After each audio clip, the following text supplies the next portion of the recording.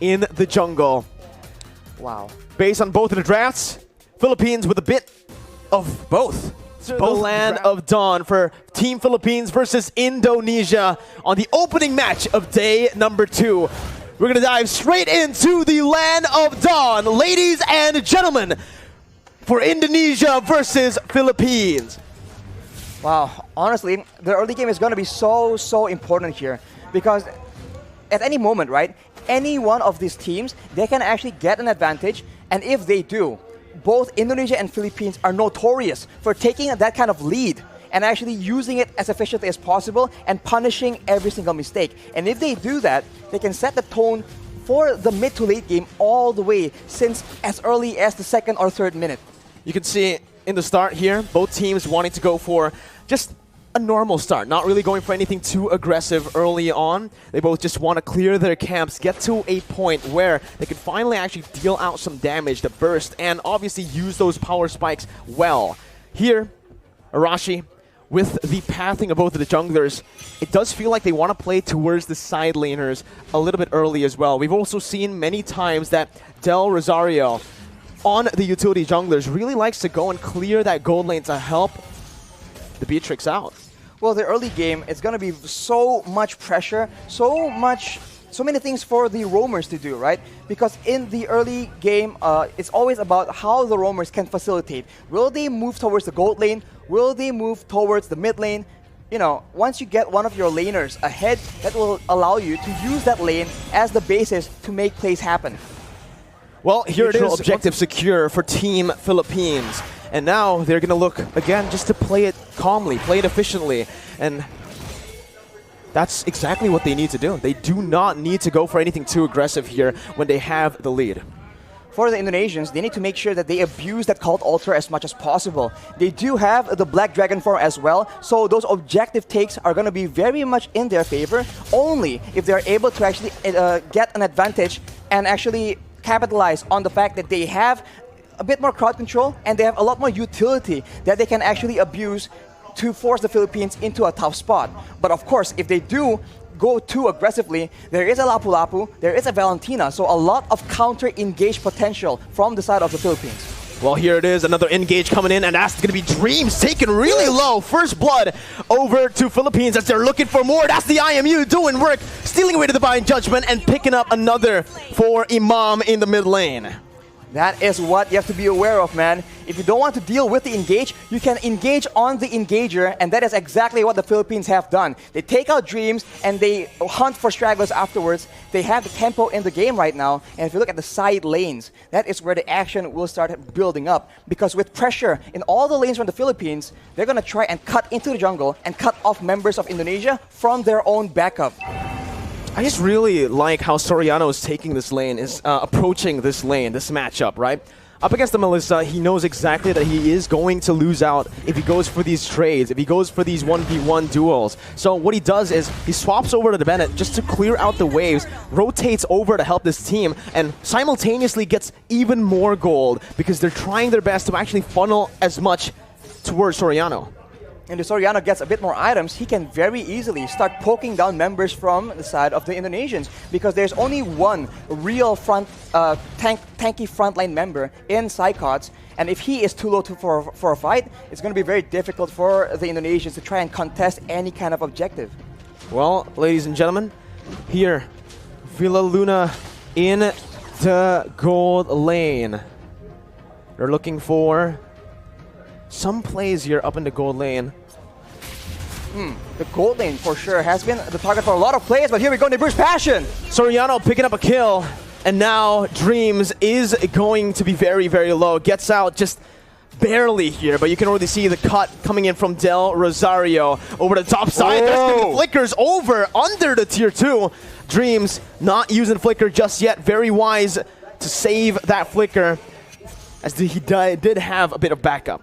Oof, as we called it out, man, the side lanes. There you go. Indonesia just a bit too late, a bit too behind when it comes to that pressure, and the Philippines absolutely capitalize and punish anybody who is too who doesn't want to back away from their first turret, and they have taken the first structure, the first objective, and with that, they will have a lot more areas on the map to make plays around, and they do have a lot of very good catch. This is it, Arashi. This is the meta that we have been mentioning about. The ultimate bonding experience where they group up as 5 into the mid lane. They start to just put in a lot of mid pressure so that they can actually have more room to play in the side waves. 4 members grouping up and always just dap-a-dap in that XP lane solo.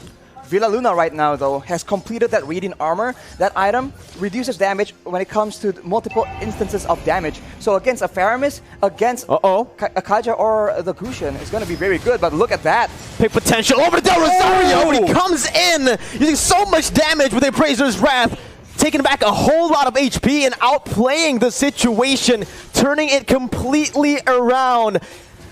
It's looking bad for Indonesia, as that's going to be the 3rd turtle over to Philippines with no trades on the board, no turrets, no kills so far. They put a trigger on that play with the objective to try and force the Philippines' hand, but instead the Philippines has all the answers. A tanky front line, 2 tanky front lines in fact, and a lot of utility to ensure that their member stays alive, and afterwards they can just chase and take out members of Indonesia one by one, and even then, they go for the pressure, and it seems like the Indonesians, they have to try and make a huge play happen, or a massive pickoff, but it's going to be very difficult because the positioning from the Philippines is way too good. The setup, the positioning, and the trigger instantly onto Psychots, picking him up, baiting Indonesia over to that bottom side to pick up a free turret and 2 free kills in the process.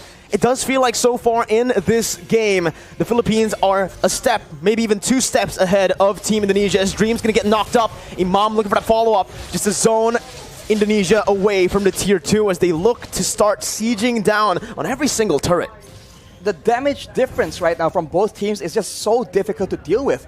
We mentioned how there's only one real frontline on the side of Indonesia, and look at what happens to him in a big fight. He gets taken out. The cult altar is so non-existent. The Philippines are able to just burst through it and go on with their day. Soriano right now with the Malefic Roar completed. That is a lot of penetration on top of the already insane amount of damage and burst that the Beaches can bring to the table. This is what Philippines loves to do when they're ahead, right? They use the distraction that is Dapadap, who's practically currently unkillable on that Lapu-Lapu. They use him as a distraction in the side lane, solo, picking up a turret. Meanwhile, they set up on the other side. Usually, they like to play on the opposite side and use the conceal to catch the enemies off guard. But there, you can see, again, a curveball thrown over to Indonesia, or maybe Indonesia have done their research onto how Philippines likes to play with the lead. They take another step ahead, and they think 2 steps ahead of Indonesia. Right now, again, it's going to be Divine Judgment coming in, but it's all onto the frontliners with a lot of the resources burnt out. It's going to be Cyclops who jumps in and finishes off Soriano in the back lines, splitting Philippines in 2. Imam now flickering out, getting to safety, but all that was for the Lord. It's a 2-for-1 in the end. 2 kills over to Indonesia for a Lord take. Arashi, who's it worth for? Oof, I think considering the fact that the Philippines are so ahead and they are focusing now more than ever on taking all those structures away from Indonesia, I think the Lord will be very, very beneficial. Unfortunately, they lose their gold leaner as well, which is not ideal. But if you take a look at the items right here, he is on 7,300 gold. As we mentioned, BOD and straight to a Malefic Roar, ensuring that anyone getting caught in his ultimates will get absolutely decimated. What's another thing that I want to mention is the fact that the 2 kills that Indonesia picked up earlier was onto 2 members with no bounty. There was no shutdown there. So even though Indonesia were able to find some kills, it was just normal gold. It wasn't the added gold that we usually see.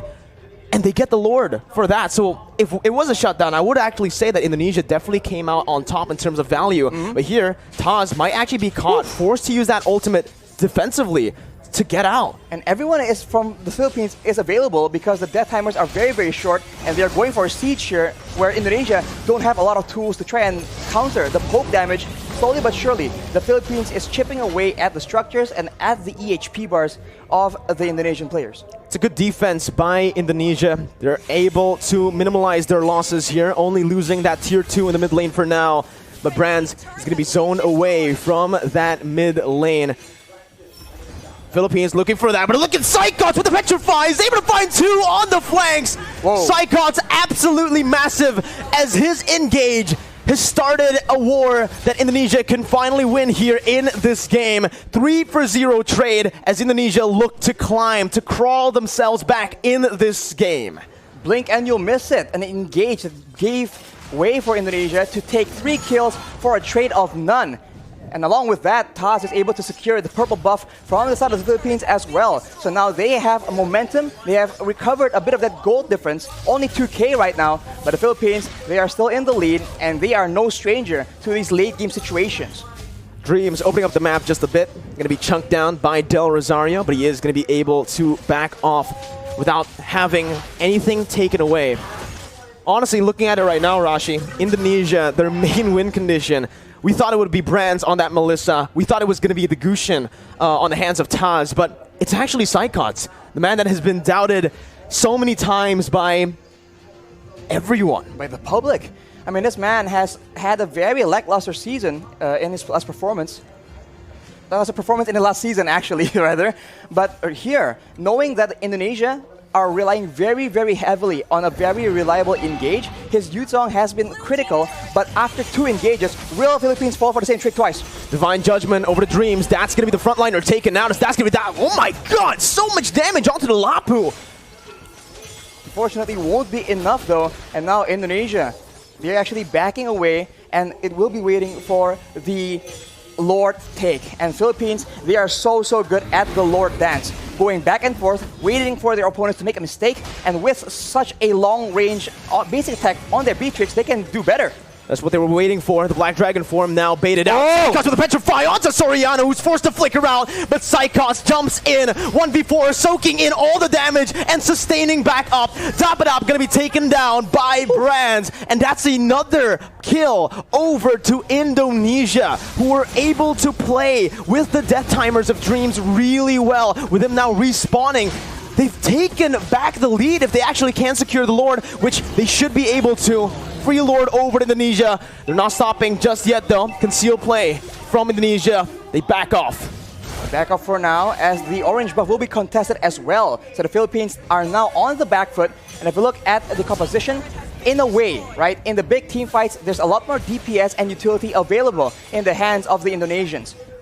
After that play, they go for the purple buff as well, and the Philippines have a huge problem on their hands. The Black Dragon form lasts for way too long. The Guiding Rin was used to try and buy some make some distance, buy some more time, but it was not enough. The Philippines must come up with a different solution, a different answer. A momentum shift in the 13th minute of the game, and now it's Philippines who have their backs against the wall with the Enhanced Lord marching in that top lane. Evo's Legends here, Team Indonesia, are going to look to try to siege them down. Psychots once again with a Black Dragon form as Del Rosario tries his best to keep Psychots at bay. The damage comes through once again for the siege to take place, but that's going to be Dapadap, who jumps in with the bravest fighter. But it's going to be a good disengage from Indonesia, backing off, knowing that they have found some value. They've taken every single tier 2 except for the bottom lane. And look at how Psychots is playing around with his Petrify, man. He goes in for the Black Dragon form, but he doesn't always use that Petrify. And when you think about it, the Petrify is what makes these engages so dangerous. It guarantees the Furious Dive knockup, and that is what allows Indonesia to just be a lot more elusive. And as we talked about it earlier, this is what is so dangerous. They can feint around, act like they're about to engage a fight, and then back away. The Philippines need to identify the right moment and then adjust accordingly. Do they want to go and fight after the Black Dragon form is down, or do they want to just stall? Villa Luna with that circling eagle over the Brands, but it's going to be baited in with the Cold Ultra placed as well. Soriano targeted by the flanks, and that's going to be Taz who picks up the Beatrix. Soriano taken down, Brands in the midst of it all, still life-stealing with his fire! Bro! It's massive! He is an absolute beast as he wins the battle for Indonesia! It's a 4-0 trade! Indonesia with a comeback here with the tides turned completely. Only Phl Luna left to defend with the mini wave crashing in. Phl Luna going to be brought back by the Shadow Stampede. Phl Luna outside of the base, and Indonesia with the divine judgment onto Phl Luna will go for the base to pick up the first game of the series. Oh my god, what an upset! It looked like the Philippines were going to cruise to an easy victory, but the Indonesians pull through. 1-0 right now, and they have shown that against all odds, against all the hate and the doubters, they are here to stay. Give the MVP over to Psychos, man. Wow. What a performance and what a statement here. We predicted Philippines, man. Wow. Oh my goodness gracious. The Caster Curse strikes again. Caster Curse strikes again. You can never make a right prediction. It just does not happen for the Indonesians. That is the late game that the Indonesians have been hedging their bets on, and it completely paid off. Match MVP Brands from Indonesia on that Melissa. Very patient, very consistent. Every time, any game where he is behind, he will find a way to stay relevant, and we see it yet again. Can't take them lightly, this new revamped EVOS team for Indonesia. Look at his items, only the Hunter Strike for a bit of damage, a bit of utility, and then afterwards it's all defensive because that is his main role. We were concerned because of it, but in a way they made it work. Only one front line, it doesn't matter because the back line from the Philippines is not safe either. Look at Taz with the full inventory slot, one more item to go actually.